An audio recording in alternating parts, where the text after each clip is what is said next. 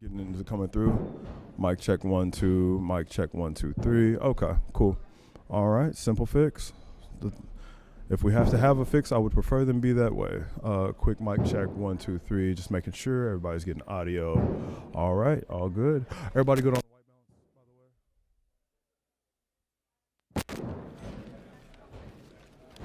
by the way. Mic check 1 2 3 4 5. Good deal. All right.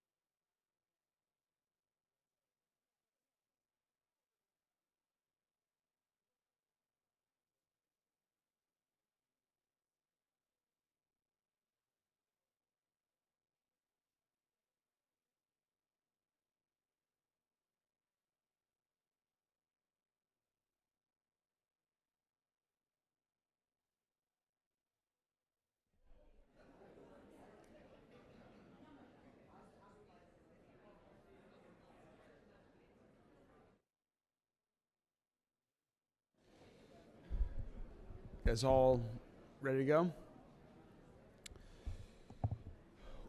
Good morning, everyone. Hope everyone had a nice weekend. Thank you for joining us on Monday morning here at the main branch of the Louisville Free Public Library, the largest public library facility in the entire state. We're going to be talking a lot about libraries today, but I want to start by talking about the government shutdown, its impact on our community, and what we are doing to address it as best we can here at the local level. There are a lot of people who are in need. There are a lot more people who are in need as a result of the federal government refusing to fund SNAP benefits, which they can do, and I hope we have clarity from a judge later today that they will do as well, because over 80,000 Louisvillians rely on SNAP benefits to feed their families every day, and that money is now gone as of this moment. I'm hopeful that it is restored. In the meantime, it's so wonderful to see people from across our city who are gathering together to help what they can. No one individually, no other government, state or local, has the resources of the federal government. No other entity can restore the SNAP benefits wholeheartedly without the federal government reopening, which they can, and which they can even do without reopening. But it's great to see our team coming together across the city to help others in need. On Thursday night, in partnership with Dare to Care, we launched just our initial campaign, the first of many things that we're planning to do. And very quickly, we raised $15,000 for Dare to Care and over 56 boxes of food for folks throughout the city. Thank you to everyone who contributed at events over the weekend, people who donated from home and wherever else they went. Thanks to Governor Beshear for stepping up and opening some additional funding for food banks across our state. Spoke with Congressman McGarvey over the weekend, who was working to not just be a vote in Congress, but to be a voice and to be a leader here in our city that is working to help in this regard as well. Thanks to Metro Council, who had a food drive yesterday. Again, there is an easy solution. The federal government can reopen. There's an easy solution. The federal government can fund the SNAP benefits from the emergency funding that it has, and I hope we have clarity on that throughout the day. We have a team in my office who is working on this to continue to figure out all of the resources at Louisville Metro government to see what we can do to help our nonprofit partners like Dare to Care, the community ministries, and others, what we can do to help individuals who are in need, because we know that even once SNAP benefits are restored, there is still significant need in our community. There are still too many families that cannot afford the food that they need to keep their family nourished. And so we will go the extra mile here in Louisville, because even when the federal government shuts down, Louisville steps up, and we will continue to do that. I know that today is the first day when LIHEAP opens up. That's a federal program with federal funds designed to help folks with their heating and utility bills. That's administered through our Office of Social Services at Louisville Metro Government. I encourage everyone who is eligible to reach out and apply early. Even in normal times, those federal funds run out early, and there's always over-application. So please apply today. Get the information for LIHEAP if you can. Again, we'll continue to keep you up to date on what we are doing, but thanks to everyone in our community who is helping out. Speaking of serving others, that's what the Louisville Free Public Library does every day. And that's why we're here today at the main branch of the Louisville Free Public Library, which I mentioned is the largest public library in the state, something we should all be incredibly proud of, a jewel of our city, a beautiful architectural building that we're lucky to have here, we're committed to caring for, and we're committed to constantly improving.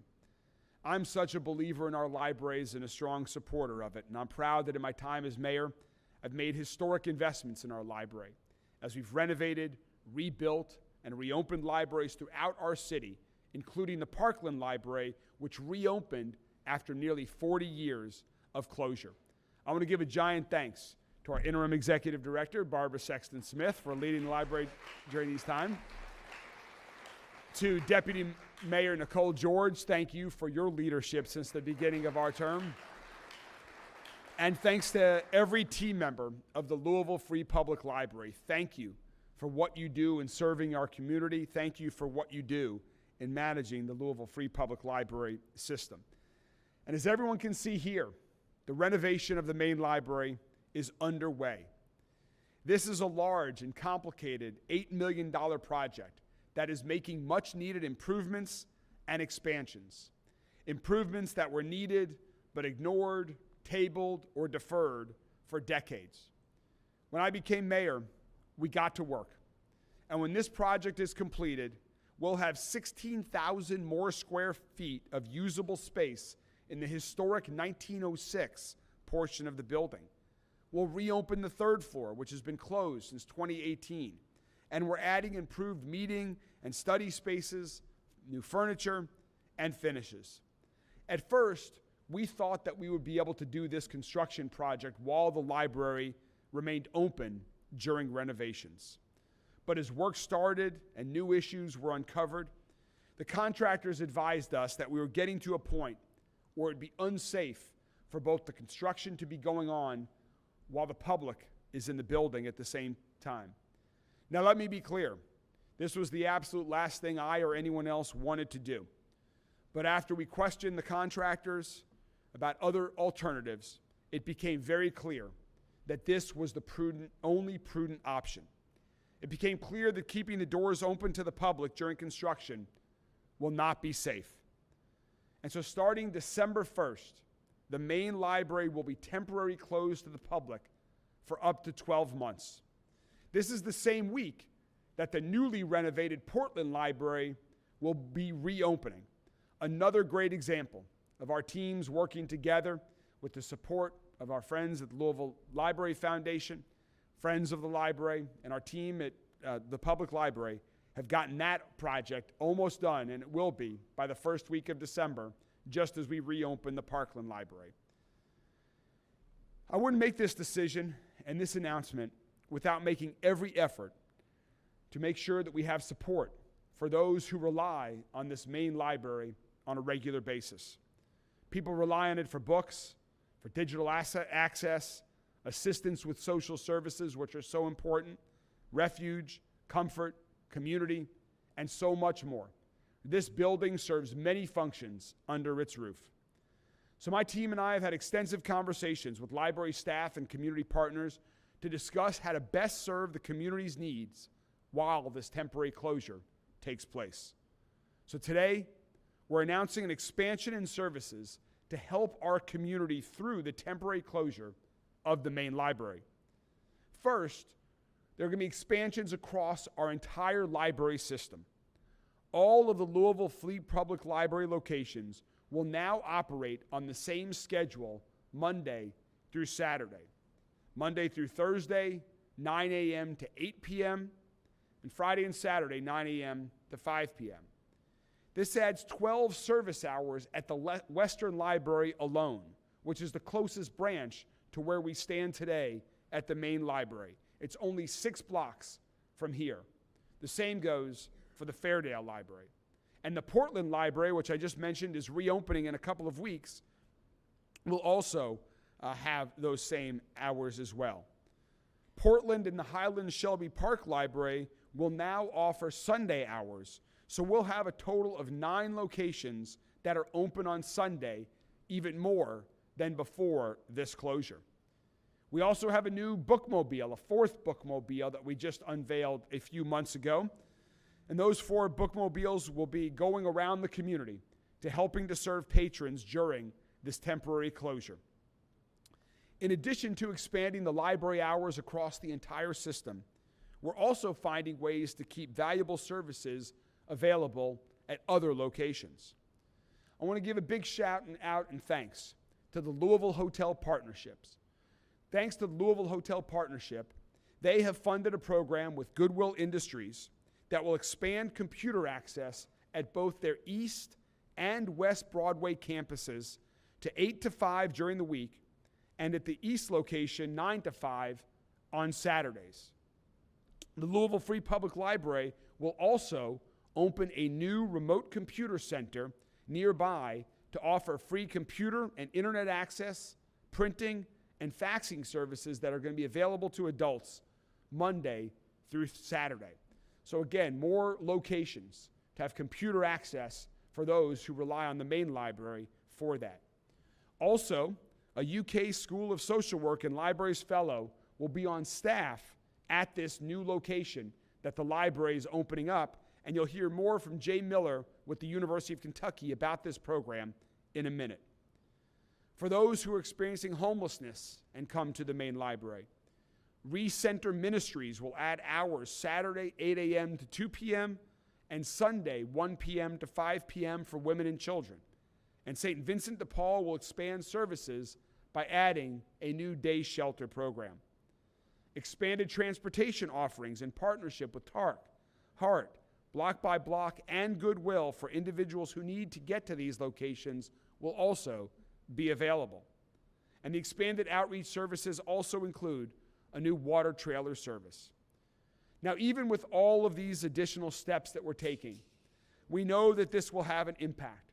And so we're going to continue to have conversations with library staff, community partners, patrons of the libraries, and will adjust if needed.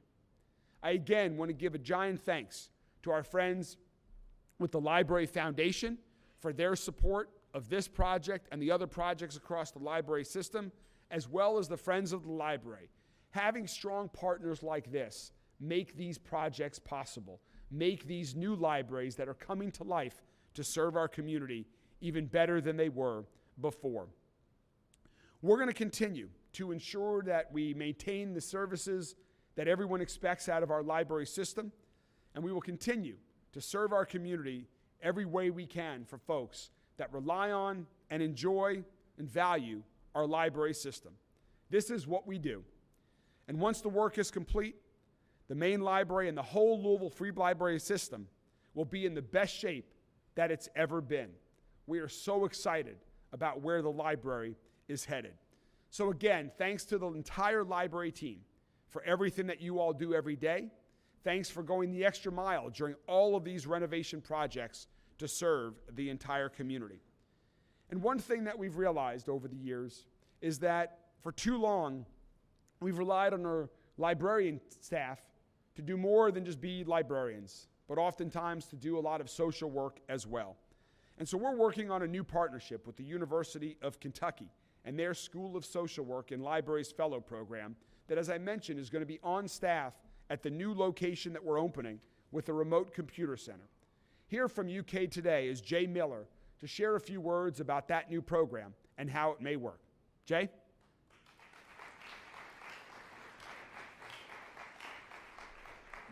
Good morning. It gives me immense pleasure to be here to announce and discuss this new and unique partnership between the University of Kentucky College of Social Work and the Louisville Free Public Library. First, for context, I think it's really important to note that libraries increasingly are recognized as a space of expansive service provision and possibility. I think the days of going into a library and simply checking out books or logging onto a computer are far gone. While those are certainly parts of the things that happen today, we've really tried to re-envision and reimagine what libraries can do and how they can serve communities. Several months ago, we started discussions about dealing with challenges that were facing the libraries in terms of patrons and patron needs, but also supporting the workforce of the library space. And so as we began to put together what is now known as our Library Fellowship Program, we kind of seized this moment and opportunity to reinvigorate the service provision that libraries can offer, and also to think about how we can more adeptly partner to build a future in which these services are recognized. So through the Library Fellow Program, we will have a fully staffed social worker here in the library space. I do think it's important to note that social work in a library is different than library social work. And we're focused on the latter, whereby we can really meet patrons where they are. We can seek to serve and assess needs, and then refer and connect them with resources that they so desperately need to not only address their challenges, but to also ensure that they have a vibrant future moving forward. So as part of the fellowship program, we'll also ensure that there is a student pipeline where we will partner with the library system to ensure that employees at the library have access to degree programs and academic offerings and trainings. We're committed to and have set up a structure whereby we will have student services on site to ensure that academic needs are met. And at the end of the day, we are really excited about the potential for this partnership, not just for Louisville and the state of Kentucky, but as a national model moving forward. So look forward to continuing to share the wins and the partnership, and most importantly, look forward to meeting people where they are and serving the needs of the community. So thank you very much. Thank you so much, Jay. A few more comments before we move on to one other topic, and then we'll take some questions. I also want to give a special thanks to Metro Councilman Ken Herndon. Metro Councilman Herndon, thank you so much for your support of libraries across the entire community, and thank you so much of your district right here in downtown. We have a lot of projects going on right now. We are moving in a really exciting direction, working closely with Rebecca and the team at Louisville Downtown Partnership. Downtown is back. We just had a great announcement last week with 550 new employees that are coming downtown as Yum moves its corporate offices to the PNC Tower. That is just one of many exciting projects that we're working on closely together with Councilman Herndon, with Rebecca and her team, with so many others. And having a renovated world-class library that will be reopened for the entire community to enjoy downtown is going to be a critical part of our efforts. And in case the media is not aware, we cleaned up for you all this morning. Like normally the library isn't even under construction. The jackhammers have stopped, got it very clean for this event. But you can, there's a little peep into some of the construction that's already going away. I hope everyone will take some shots of the construction through the plexiglass on the other side of these walls that you can see the construction underway. And please know that we did this because safety is always what we keep in mind and how we start making all of our decisions. And while we're here and discussing so much great work that's being done by our libraries to serve our community and expanded services to help those who need it the most, I want to update you on some other exciting news that we can share this morning. I'm excited to announce that I'm awarding more than $1 million between 7 amazing organizations that help those experiencing homelessness in Louisville. To Southwest Family Ministries, who does, oh, come on up, guys. Yeah, I'm sorry.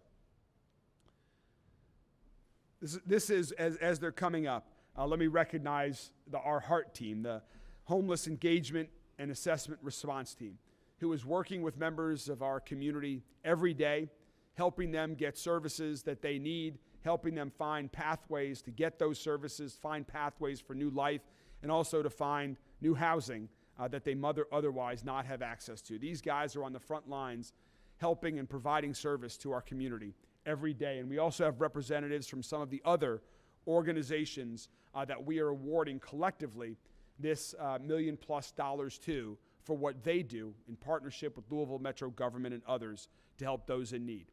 So the 7 organizations that are getting this funding are Southwest Family Ministries, which does business as Exodus, St. John Center, Up for Women and Children, Volunteers of America Mid-States, Wayside Christian Mission, Wellspring, and the YMCA of Greater Louisville. As I mentioned, these organizations assist the outreach work that's performed by our HEART division within Louisville Metro government to engage with people who are experiencing homelessness and provide them with resources. Every day, our outreach workers are on the streets of Louisville, talking with people, connecting them with shelters, providing transportation, helping them get services like medical attention, rehab services, or ID cards that they need. But our dedicated city workers cannot do what they do without the help of other amazing organizations like those who we have awarded this funding to. It takes a community of partners like we've just mentioned, to help connect people to resources and change lives for the better. So as one representative of this entire group, and to tell you a little bit more about what they're going to do with this funding, I'd like to welcome Rayshawn Martin, the Executive Director of St. John, to talk a little bit more about it. Rayshawn?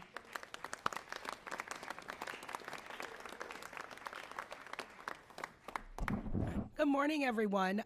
Thank you so much for allowing me to be here. Thank you to the city for your continued trust in St. John Center and all of our partners, right? None of this work that we do happens with one agency, right, as the mayor said. And so we are grateful to continue to expand our work to address the need of the more people, right, who come to us. Every day right now in our day shelter and in our outreach, which are part of our homeless service response teams, we see more and more people who are left to sleep on the street or to try to make accommodations for themselves as they've tried to get access to one of the existing shelter beds. And every day we see people who are unable to get a reservation for a bed because we have a supply and demand issue. Right? There are not enough beds to meet the need of the people who are either caught between housing solutions or chronically homeless.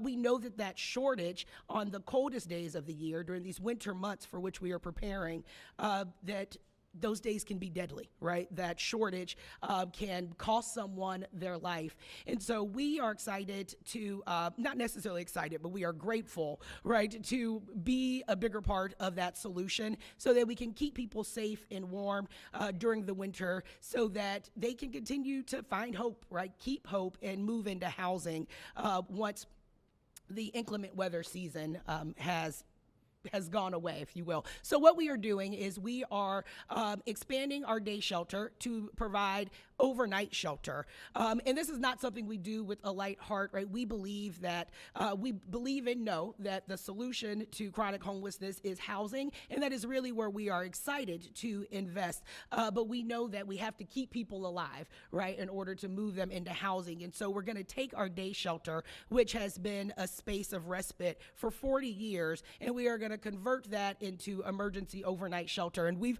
learned and we've been taking notes from a lot of our partners who already do that work. But again, there's more than enough need. So in the winter, on those cold, deadly nights, we will be able to operate 20 shelter beds from St. John Center.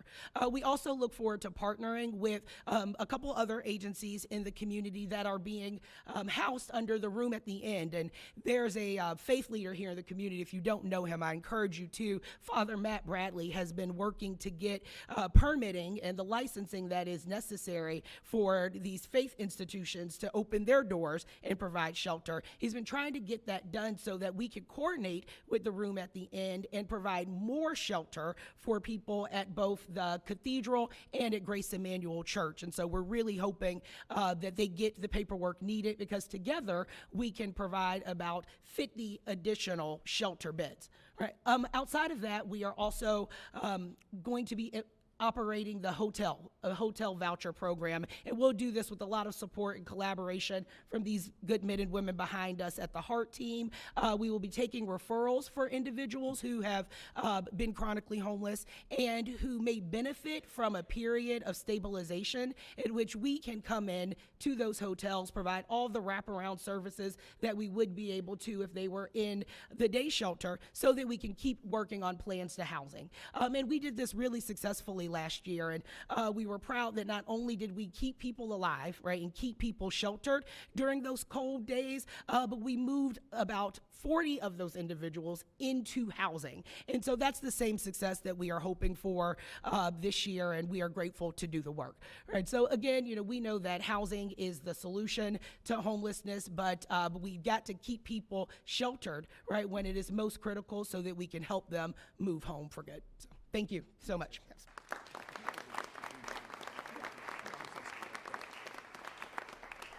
Thank you so much, Rayshawn. One other thing that St. John did last year that we opened up together, that we're now working to do more of across the community, is permanent supportive housing. And last week, we announced our progress and our new goal of 250 units of permanent supportive housing, which, as Rayshawn was just talking about, is housing plus services for individuals who are in need.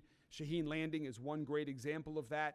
Our Office of Social Services is working on others. There'll be many other examples of this across the entire community. We now have a task force that's led by Dr. Maria Leiderman and Marilyn Harris in my office that's working to bring our community together to ensure that we continue to do more and more as we know the need is out there, and we want to continue to support people all across our community.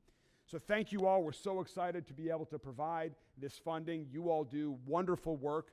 We thank you for the work that you all do every day at our nonprofit partners and to our Heart team throughout Louisville Metro government. Thank you. These are challenging times, and so to have folks like this is incredibly important for a city like Louisville. Thank you all very much. Thank you.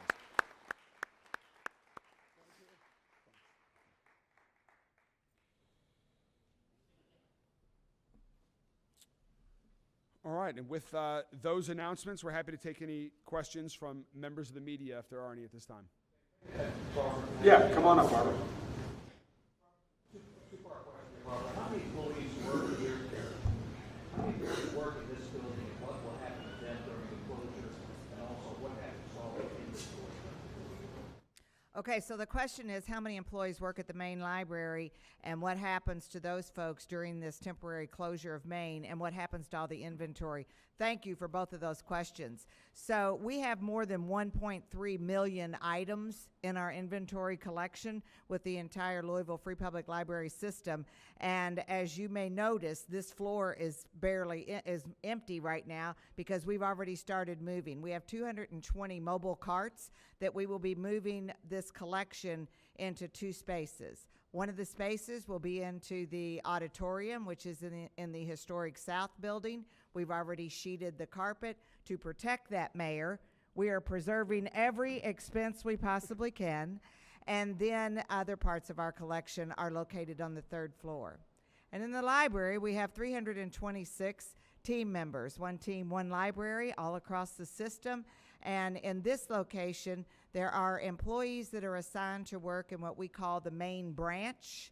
And then there are many employees in this building that are assigned to work in the administrative office, the communications office, business office, and so forth. So there will be approximately 25 or 30 employees who we will be considering reassigning. We've already started that process in preparation along with the mayor's team. Some of those folks will be working at other branches. Many of the employees assigned to work in the branch here on this floor, as you see it now, we need those employees, the librarians and assistant librarians, to stay with us as we work through the collection. Thank you for that question. Stay up here in case others. And to be clear, Paul, so no one is being laid off or anything as a result of this change. Everyone is keeping their jobs. They might be working at a different branch if they were assigned to the branch here, but no employees are losing their jobs as a result of this. Any other questions? Do you have any idea where that remote computer access location will be? Yes. We're working on that. Okay. We are finalizing the lease arrangement, and so we should have an announcement by the end of the week. That will be open, right when we do this closing, and we will make that announcement. But it will be close by. How much money did you say across different organizations that you were giving to homeless outreach services? The homeless impact grants total just over $1 million total. Something that organizations across the community had a chance to apply for? Yes. You want to talk more, Deputy Mayor George, about that? Okay. But yes, those were others applied for that, and then there was. You can talk about the process if you want. Okay. Josh from Office of Social Services is going to talk a little bit about, and Patricia.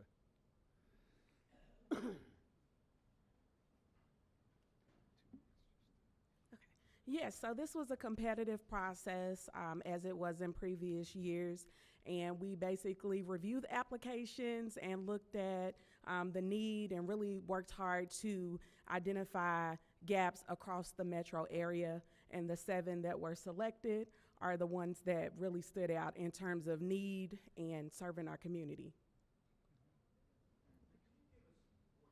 About what precipitated this? What were the safety concerns that came up? Was there a specific incident that happened in regards to this program? All right, so the question is what precipitated the temporary closure of Main as it relates to the construction, and was there a specific incident that took place? There was not a specific incident that took place. As the mayor stated earlier, in coordination and communication with the general contractor and those working here, it became evident that we were closely reaching the point to where it would not be safe to have the public moving in and out of the building. And part of the renovation that I think folks are going to be most excited about, we're going to have 2 brand new public restrooms that will be much larger on this floor. So we did not want to be open at the demolition of those 2 spaces that are located over to my left and right over my right shoulder. That's just one example of why this would not be a safe location.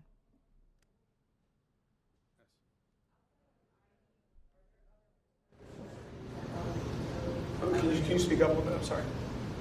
I can hear you, yeah. Okay. Outside of IMA, what are the other resources that the city has to offer for utilities and other bills as people are going to use SNAP benefits? They're going to have to pick and choose what they're going to use. So the question was, outside of the LIHEAP program, what other things is Louisville Metro government doing right now to help individuals in need? Well, again, so we started, we've going back several weeks. The first thing we did is when the federal government had stopped funding some of the senior nutrition programs, we stepped up and we reallocated $200,000 so that the Meals on Wheels program would serve seniors. We ensured that seniors did not miss a meal in this community. The state has now will start filling that in here shortly, and so that will resume again without Metro funds. But we found a way that we could step up and help them. Last week we jumped into action, working to support Dare to Care in their effort. We know the need there is great, and whether it's both food and dollars, which they need even more of, we stepped up for that. We're going to continue to do that during this week. Our Office of Social Services is on the front lines of this at the Neighborhood Place locations. Our Neighborhood Place facilities, what do we have, 8 of them? Yes. Yeah, eight Neighborhood Place locations around the city are really the front door for many people who access federal programs like SNAP, where they can come and they can see a professional that can help them get signed up for the program. And so we expect to see a lot of individuals who have questions at our Neighborhood Place program. We've reached out to all of the utility companies to ask them, individuals, if they've been laid off as a result of the federal government or furloughed as a result of the federal government shutdown, or whether they're in need to have some grace on utility bills if there's some tardiness on the payment of those bills. And so we're going to continue to work with partners around the community to identify what we can do to step up, knowing that we do not have the resources of the federal government. We still are looking for everything that we can do here at the local level to help individuals in need. All right. Well, thank you all very much, and I think somebody's going to show you guys where you can pop your cameras in to get a little sneak peek of some of the construction that's going on with the library right now, and we're excited to continue with this project to serve the community in all of these different ways. Thank you all very much, and have a wonderful week.